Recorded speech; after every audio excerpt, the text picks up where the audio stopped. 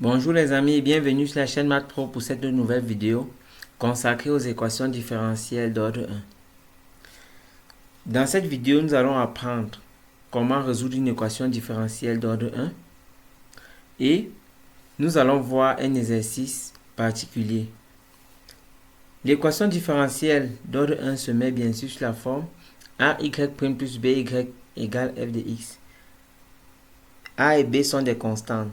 Y est la fonction à déterminer et y' est sa dérivée. F de x est le second membre.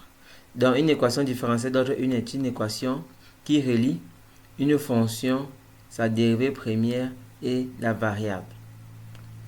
Sans plus tarder, commençons la résolution. L'équation différentielle AY' plus BY plus égale à f de x, nous allons l'appeler l'équation E. La solution de l'équation E se met sous la forme d'une somme de deux solutions. Ce que nous appelons YH, solution homogène, et ce que nous appelons YP, la solution particulière. Pour la solution homogène, il faudrait déjà déterminer l'équation homogène. Pour cela, on pose tout simplement f de x égale 0. Et on a AY' plus BY égale 0. Nous allons l'appeler l'équation H. Ici, l'indice H signifie aussi qu'il s'agit de l'équation homogène, donc nous cherchons la solution homogène.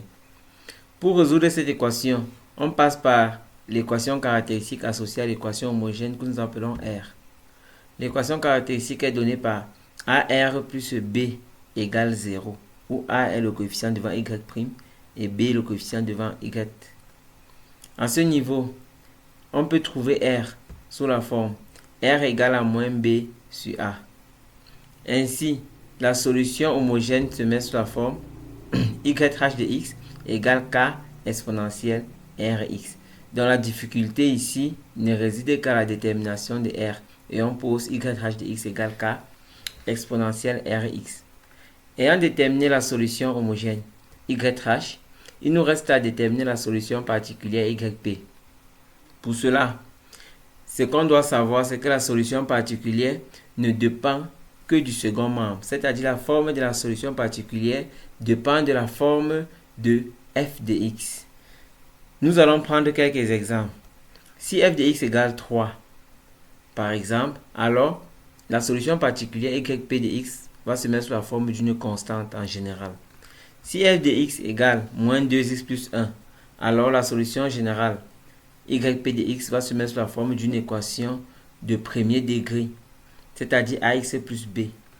Si f de x est par exemple égal à 5x carré moins 2, la solution générale de yp va se mettre sous la forme d'une équation de second degré, c'est-à-dire ax carré plus bx plus c.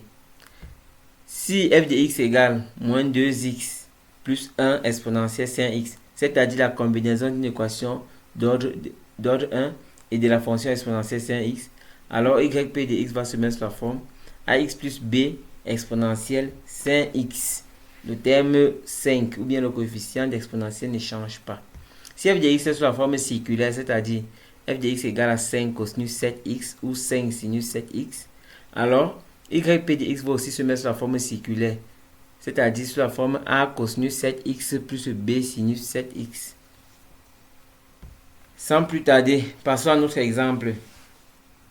Nous avons 2y' plus 6y égale moins 5x. Nous appelons l'équation E et c'est cette équation que nous devons résoudre.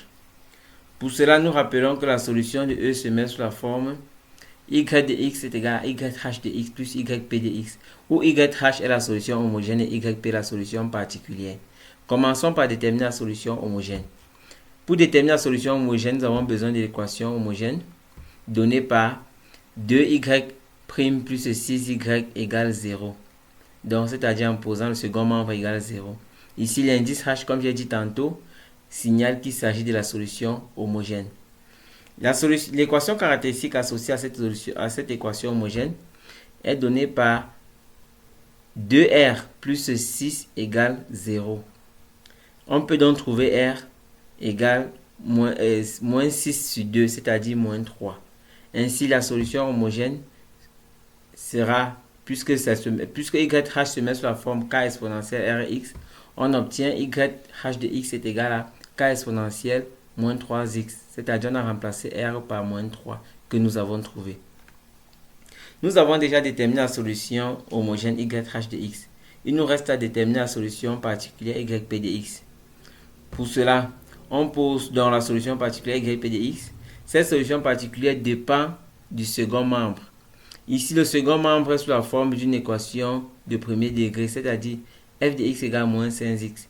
Cela signifie que YP va se mettre aussi sous la forme d'une équation du premier degré, c'est-à-dire YP égale à AX plus B.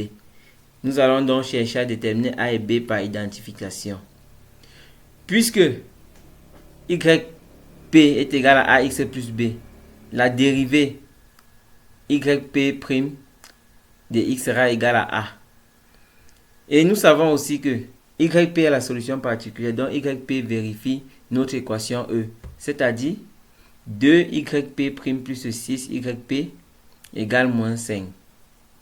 On vient dans cette équation, on remplace YP' par son expression A et YP par son expression AX plus B. On aura l'équation 2 fois A plus 6 fois AX plus B égale moins 5. On regroupe les termes contenant X d'un côté et les constantes de l'autre côté.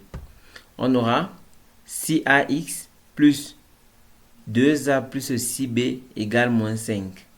En passant par identification, les coefficients devant X sont égaux et les coefficients des constantes sont aussi égaux. On aura 6A égale à moins 5 et 2A plus 6B égale 0.